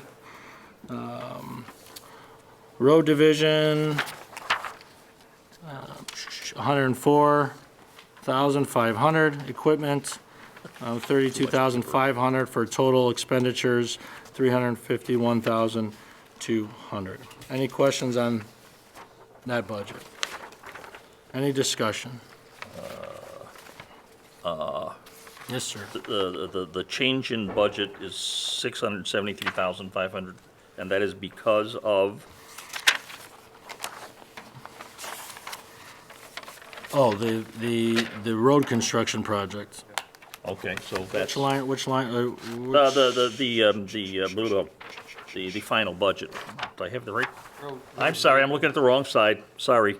Road maintenance, Mike, on the Sorry. first page at the bottom, road maintenance, last year it was, from last year. All right, from 655, are you talking about, to which one? Uh, So the budget from 2019, road maintenance, 8336710. oh, from 655,000 to 10,000? Road maintenance. Yeah, road maintenance, from the budget of the current fiscal year Yes. to the proposed, yeah, because we've handled the significant road project to get all of our Okay. streets okay. up to, Gotcha. to code. okay. Yep, mhm. Okay, any other questions? All right, can I have a motion to approve 2020, 2021 tentative budget for the road district? So moved. Moved by trustee Ingraffia. Is there a Second. second? Seconded by trustee Satern. Discussion? Okay, roll call, please. Trustee Satern, Aye. trustee Niewiardowski, Aye. trustee Ingraffia, Aye. trustee Keenley, Supervisor Sweeney. Aye. Okay, motion carries that the road district budget will be open and lie on the table for 30 days, and it will be up for a final vote next month. Okay. All right, the last item on the agenda is the purchase of new senior disabled buses. We have budgeted $80,000 in the current fiscal year. The plan is, that we talked about last year, is to be able to get our buses on a capital improvement plan, and also have an additional spare potentially, depending on how well the buses hold up in the short term until we get on that cycle. Sorry, what's the cycle we're trying to get on again? Like buses, and Ellen's been our senior bus driver, Ellen, she's been doing some great work researching kind of what PACE does, what other organizations do, dealing with the life cycle of buses, and they're right around 7 years. It's 6-7 years, Paul. So we're trying to get on a 7-year cycle to replace those buses. We anticipated a replacement this year.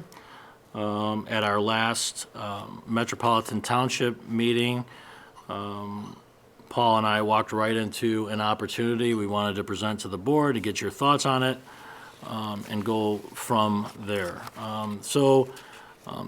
The hope to help us out a little bit, first we were alerted by Palatine Township that there was a bus, is it Stevenson? Stevens Automotive. So Stevens Automotive in Palatine, they have a bus. It's a 2009 bus with a completely rebuilt engine. So it's an opportunity to get a solid running bus with a new engine at a deep discount. They were selling it for $18,000. They're willing to sell it for $16,000. In addition, and kind of overhearing that conversation, Wheeling Township had stated that they have a bus that they don't use as well, and it's sitting in their lot. They'd potentially be open to selling it. So the Palatine, so Stevens Automotive, if we were to purchase that bus, $16,000. With comparables on the type of bus, the 2009 bus that Wheeling has, They're both 2009? the Wheeling was a 2009 as well, right? Are they the smaller buses? They are the 16 passengers. So mid-range.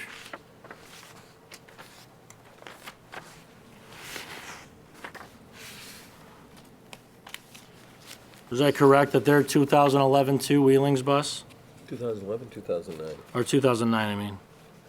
I don't have the exact model Okay. of theirs. If you. It's either a 9 or a 10, because that's what she has. Okay, yeah, so Ellen had done some research. We're trying to look at what we could potentially offer Wheeling if the board wanted to go this direction. And just getting some comparables, for 2009, 14 passenger in Crystal Lake, so in the area, is just under about $4,800. And a 2010 with 91,000 miles, be looking at just under 8,000. So my thought, I wanted to ask the board if they consider approval of, and Wheeling hasn't approved this, but they don't use the bus, they want to sell it. Governmental purchases are a lot easier between units, and we'd have some bargaining power, I think, if we came in there with an approval ready to go. What are they asking? They haven't even put it out for sale or anything like that. So, my request from the board for that would be, based on mechanicals, a not to exceed number of 10,000. Yeah, but how long has it been sitting? That's a good question, and that's why we're gonna take it to a mechanic before we did anything. Because if it's sitting for a long time, the bus is basically junk. Okay, so, I mean, that's why we would take it to Cumberland to have it, I mean, to be looked at, just the same as we would for, the Stevens Automotive. And how much is it, Stevens Automotive's the mileage on that? It was a brand-new engine, and I don't have the mile. Anything. If the But the body's rest of the shot, body, yeah. What's that? No, Ellen and Paul went to look at both buses. Paul, would you like to talk about what you saw with the buses? Sure, if you want. The bus that we saw in Palatine, like Mike said, it was a brand-new engine. The people that owned it before was a funded agency, and they hit something underneath, and it broke open the pan or whatever, and it leaked out, and so they overheated the engine, and so it had to replace the entire engine. And so it's brand new in there. I think it was less than 3,000 miles or something like that on it. So that's the brand new engine. The outside of the body was fine, had a little rust on it a couple places, but it's whatever, how many years old. So Ellen was able to drive it. We took it around the block. She said it drove well. She had some questions. The guy said, he would be glad to do what we wanted as far as changing out some different seats. He was going to supply the safety thing that you have, that you need in there. He said, just let me know what you want, and he said, I'll work with you on, getting it up to where you want to purchase it. So That's what that is on that bus. On the Wheeling bus, it's been sitting there, but they use it intermittently because I don't think they have enough drivers to drive all the buses that they have. They have usually part-time drivers and they share a route, so they don't need as many buses as they have people. And so they have to figure out what the comparable would be, and that's why Ellen did some discovery to try to find out what a comp price would be, so we'd have a better idea what they would possibly ask. And then, like Mike said, it's easier to buy government to government. We just have to find out the logistics of that. So that's where that is. Do you know the mileage on the buses? It's like 90, it's around 90-some thousand, I think. On the Palatine one? No. The Wheeling one. The Wheeling? Right around 3,000 for I the think there's Palatine, like the rebuilt 3,000 on engine. the engine. But how about on the like that. actual bus, like? I don't know. I don't think you measure mileage on the bus. You only measure mileage on the engine, don't you, generally? Well, you got the engine, you got the transmission, you got the rear end. The body. So it's whatever year the model of it is, a 9 or a 10 or whatever So it if is. he That's how many hit years it has something, on it. What else did he damage? Did he bend the frame? Well, like Mike said, we're not going into this blind. We already asked him, is that if we wanted to go forward with it, could we take it to a mechanic of our choosing for him to review? And he said, yes, and I'd be glad to go with you. He said, I have the receipt, shows everything that I did on the bus. He said, the gentlemen that you take it to are more than welcome to go through it. I'll be there to answer any questions, and you make your decision. So, you know, if he knows we're taking it to a professional mechanic, I mean, they're going to find what they're going to find. Okay. Yeah, the plan is to take it to our mechanic that does all our bus work, so they'll give us all the detail on the condition. We're doing a 7-year cycle on the buses, buying 2 buses at the same time. How does that help you with your cycle? It helps with the cycle because the Palatine bus will be able to space, because we anticipate that the 12-passenger bus that we have now will go away. Probably the next one to go will potentially be the Wheeling or I can't remember if it's a 24 or 16-passenger, but buying a new one, a brand new one, which is the next question to put out to bid, and this one that's got a newer engine, but it obviously a 10-year-old body, it would give us the ability to space it out because we haven't spaced out the buses. So How much is a new 16-passenger bus approximately? approximately 76,000. And our 3 buses are how old? One's a 2009, the 12 passengers a 2009. That was a 9. Stevens is the 12 and the Wheeling is the 16? 9, I think it's 9, They're 11, both and 16, I believe, yeah. Say that again? I think one of them, the oldest one, I think is 2009. 2009 is the oldest one, that's the 12 passenger. 12, which is the 12 passenger or 14 passenger. The bus 18 is the next one, and I think it's like 2 years younger than that, so that's like 2011. And then the 24 passenger is a 2013.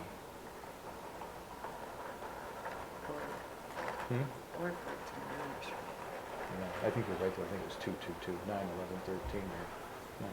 So gives us the thought was to, we've been down a bus for a while now. Ellen's been working in the office, right? So that there's a couple things, right? To give us some flexibility to cycle out some of these buses, to have a spare and being able to do that, and really work out the math on getting these cycled through. So some extra buses now would help us. And like I said, we would eliminate the 2009 now. It's on its way out. You're down 1 bus, but we're still able to meet what we need to do, or? It's tough. I mean, it's one of those things where you go down to, I mean, the bus drivers do a great job. They make it work. They take, they focus on medical appointments, things like that, and then you go from there, so. No, we manage, but no, we want to make sure that that we have a backup if we can, and then that we're not going 10 or 11, 12 years with a bus. And is the motion that you want, or what you're asking for here is the board's permission to purchase the bus, the Stevens Auto bus, and to also be given the ability, with a mechanical review, and for 16,000 or at a certain price, and No, then to be given the flexibility to purchase the wheeling bus after the mechanics check for less than 10? Right, 10, yeah, not to exceed 10, 16,000 for the Palatine, and I just wanted some direction on the purchase of the. Not looking for a motion right now, are you? On this? If we can, I mean, if we have to postpone it, I mean, it is what it is. I'm not I think gonna, maybe we should table it. okay. That's fine. What next steps would you like to pursue? Well, let's do it this way. Why don't we have a mechanic look at both of the buses, and then we'll go from there. All right, so you want to wait till next month, or you want to have a meeting intermittently Let's in wait till between? next month. Okay. Is there any rush on it? Well, it makes us tight with people trying to get. Well, no, I this. mean, look, no, I'm not, look, we'll manage with the buses that we have. I'm not as concerned about the wheeling one. I really don't want to lose that Palatine one, that Stevens Automotive one. As far as buying a brand-new bus, I just wanted the okay from the board, a verbal okay to, if you wanted to start going that route and go the bid route, to have Jason start working on bid documents For a new bus? for a new bus. So So, the problem is, you're looking at, what, 10-year-old buses already? How long are the parts gonna be available for? And that's what we ran into the highway commissioner, or highway department. well, that's what, we're not expecting these buses, the wheeling of the Palatine, the Stevens Automotive one, to run forever. Just to give us some flexibility in having a backup and also helping us get on a 7-year cycle so that we're buying new buses every 7 years and we can space them out. That's the ultimate goal. And I'd like to see us have a backup too, just in case you have things go in for maintenance and things like that. Don't they rent buses too? What's that? Don't they rent buses too? I mean, we'll rent them. I think you can buy buses from Pace. I think other Oh, townships I thought you buy. said, did we rent buses? No. But they don't lease them. They No, buy no, I'm them not talking from about Pace. leasing it. It says if the bus goes down, can't you rent it for like a day or two? Potentially, I don't know. I've never Enterprise? done that. Maybe if you find everything is positive with the Palatine bus, we could even do an extra meeting when we get a tour of the That's fine with building me. or something. Because if we, That would well, I be- mean, if you're willing to, I mean, if we could meet in the next week or two, that would probably give Jason time to put bid paperwork together, and then, how does it, well, let me ask you this, I don't even want to assume, but is the board okay with having Jason putting bid paperwork together? I mean, how do you feel about potentially buying these 3 buses? Because I don't want to go, I mean, the Stevens Automotive bus, I think it has a lot of potential. But if the board doesn't want to go the route of buying a brand-new bus now, and I'd rather have the brand-new bus than go after the wheeling bus. But I think that Stevens Automotive bus, I think, is something we should pursue. You're looking to purchase either a brand-new bus or one of these used buses? No, all 3. All 3 of these? Oh, my mistake. We budgeted for a new bus. We budgeted for a new 80,000 bus. for a new bus. Right. And a new bus costs about 76,000. Roughly, What he's talking 75. about now, in order to give himself more, they're down one bus and give himself more flexibility, as well as to space out the buses to get them on a 7-month cycle, is to bring some older used buses in to fill that So out. 1 new one and 2 used ones. Yeah. And the 2009 one is the one we're having trouble with right now that we're not using? That we would get rid of Yeah, but isn't the one from Palatine in 2009? Yes. with a new engine. that we would have a mechanic look at. I don't, trust me, your skepticism is well taken, and I think it's a good way to go. If we can talk to them and say, hey, let's go over to a mechanic now. Unless somebody has something, a newer one, we can wait for. What do you mean? If somebody, we put out a bid or something for a newer bus. Well, No, we put out a bid for a new bus. Put it on bid for a Yeah, new we're putting bus. a bid out for a new bus, but wouldn't it be better if we waited and see if we can get a newer bus than having a 10-year-old bus? Yeah, well, that's what I'm saying. The goal, at least what I'm proposing, is to get all three. Yeah, I think what he's saying is that rather is get the new bus, but then on these older buses, he's saying, can we get a newer old bus? Right. A newer used bus. You're also trying to stage these things. You're not looking to keep one particularly. Right, so if we got a 2020, right, the youngest bus we have is 2013, so that's kind of helps us start that cycle, right? We're 7 years there, right? So now the plan becomes, what do we do, in between the next 7 years? Which ones are gonna go? Because, let's say the 2011 and the 2013 are closely spaced. We'll see how they go down. If we had these other two used ones, how they would hold up. If they start having problems, we would have extra, and then that gives us the flexibility to determine, okay, which one do we hold on a little bit longer to reach that next 7-year cycle? I'm just looking for some Yeah, the problem is. flexibility if so we can have some long-term thinking on the capital replacement. How many years are you expecting to be 7. replacing? But in between, not every 7 years you're replacing a bus.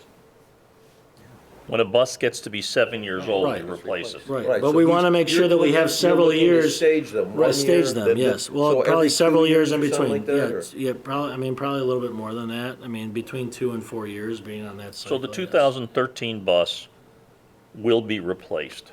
2009 would be replaced Now. now.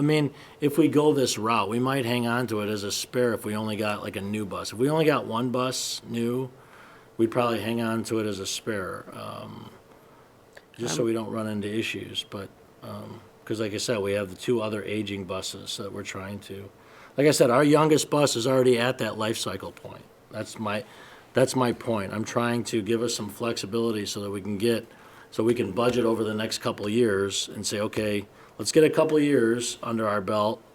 If we bought a new one, okay, now we can buy 2 or 3 years down, now we can get another 7-year bus.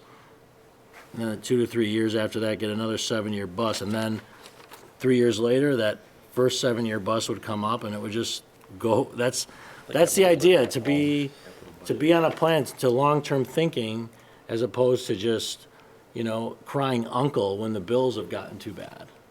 And Which is what we have done for forever and a day. It's just, okay, when do you want to cry uncle? And that's just kind of where we've been at. We have 80,000 budgeted for buses for next year, For this current year. for this current year, okay. And what for next year? Do you remember what we budgeted? I think it was 60-something, I think, if Yeah. I remember correctly, but we could look real Just quick. checking.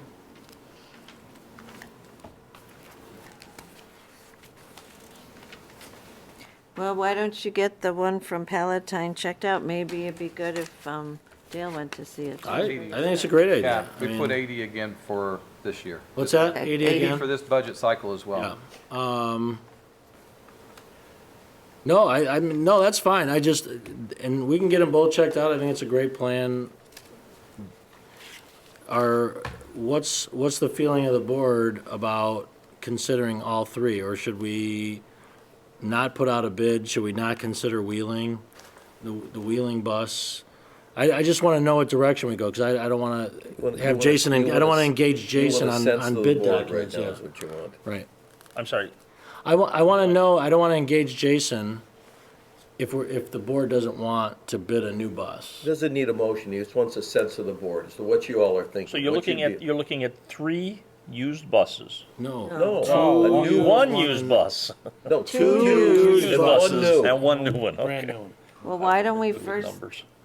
get the 2 used ones checked out?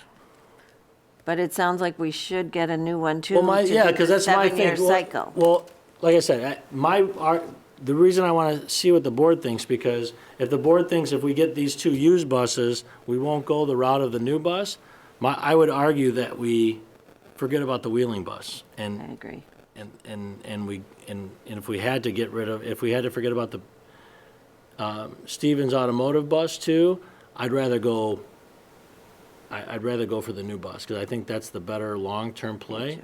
So that's why I want to get a sense. If the sense of the board is that the 2 used ones will do that in lieu of a new bus, then my argument changes. And that's kind of just where I want to see where you guys are at. So if you budgeted for the new bus, and the board proceeds with the new bus, and putting the bids out for a new bus, and you have these older buses checked out, and then come back to the board and say, here's what we found out, they're in great shape, they're not in great shape, they can make a decision on that at that point. You can move ahead with the new bus, since that's what you were budgeted planning to do, and then you can have these two buses. Well, the board would, checked by the board would mechanic. still have to approve the bid, Yeah. bid process and the bid itself. Right, for the new bus. Yeah, we could go up, I mean, there's a variety of combinations we can go. What I'm saying is, if we're not, if you want to do the used ones in lieu of No. the new one, I would say I'd rather do the new one in Why don't lieu we of the just other do one. the new one and forget about the used ones? Because we have 3 aging buses, and honestly, that gives us some flexibility. I mean, I wouldn't argue, like I said, We the can only one always that. replace another one maybe next year or the year after. Well, what if we We do could, the- but then we still have the problem of them stacking up every 1 or 2 trying to spread years. the Maybe we could surfaces out. spread them out a little bit. That's what I'm trying to do. What if we get the new bus, which it sounds like we need to, and then we check these 2 out, and Right. then there's no decision we have to make now, because they both might be horrible, they both might be wonderful, but Okay. then we can make the decision. That's fine with me. So I'll get Jason started on the bid paperwork. And then we'll schedule a time. We'll let the board know when it's going over to Cumberland, if anybody would like to Not my area. go. I mean, it's not my, it would serve no, I don't plan to go, but I mean, Dale obviously has some expertise in that area, if he would like to go as well. But I wanted to bring these, because like I said, these fell in our lap, and it kind of it helps us a little bit on the capital replacement plan. So that's what I'll do. I'll have Jason start on that bid paperwork. We'll call for a meeting in the next couple of weeks. And at that point, we'll have a review back from the mechanic, hopefully on the 2 used buses. And then we'll have bid documents the board can consider on a new bus. And how many passenger are you going for on the new bus? The new bus would be, I think we were talking about 12 to 14, right? It's a 14, but We take they out 2 take for out the. 2 seats for the- because of wheelchairs, so they call it Okay. 12. Okay. If that's the way to go, we don't need to vote on anything. If that's good with the board, I think that's a good way to go. I like that idea. All right, perfect. All right, having no other matters to come before the board, can I have a motion to adjourn? I make a motion to adjourn this meeting. Moved by trustee Satern, is there a second? Second it. Second by trustee Niewiardowski. All those in favor, please say aye. Aye. Aye. Opposed? Motion carries. We are adjourned. Thank you.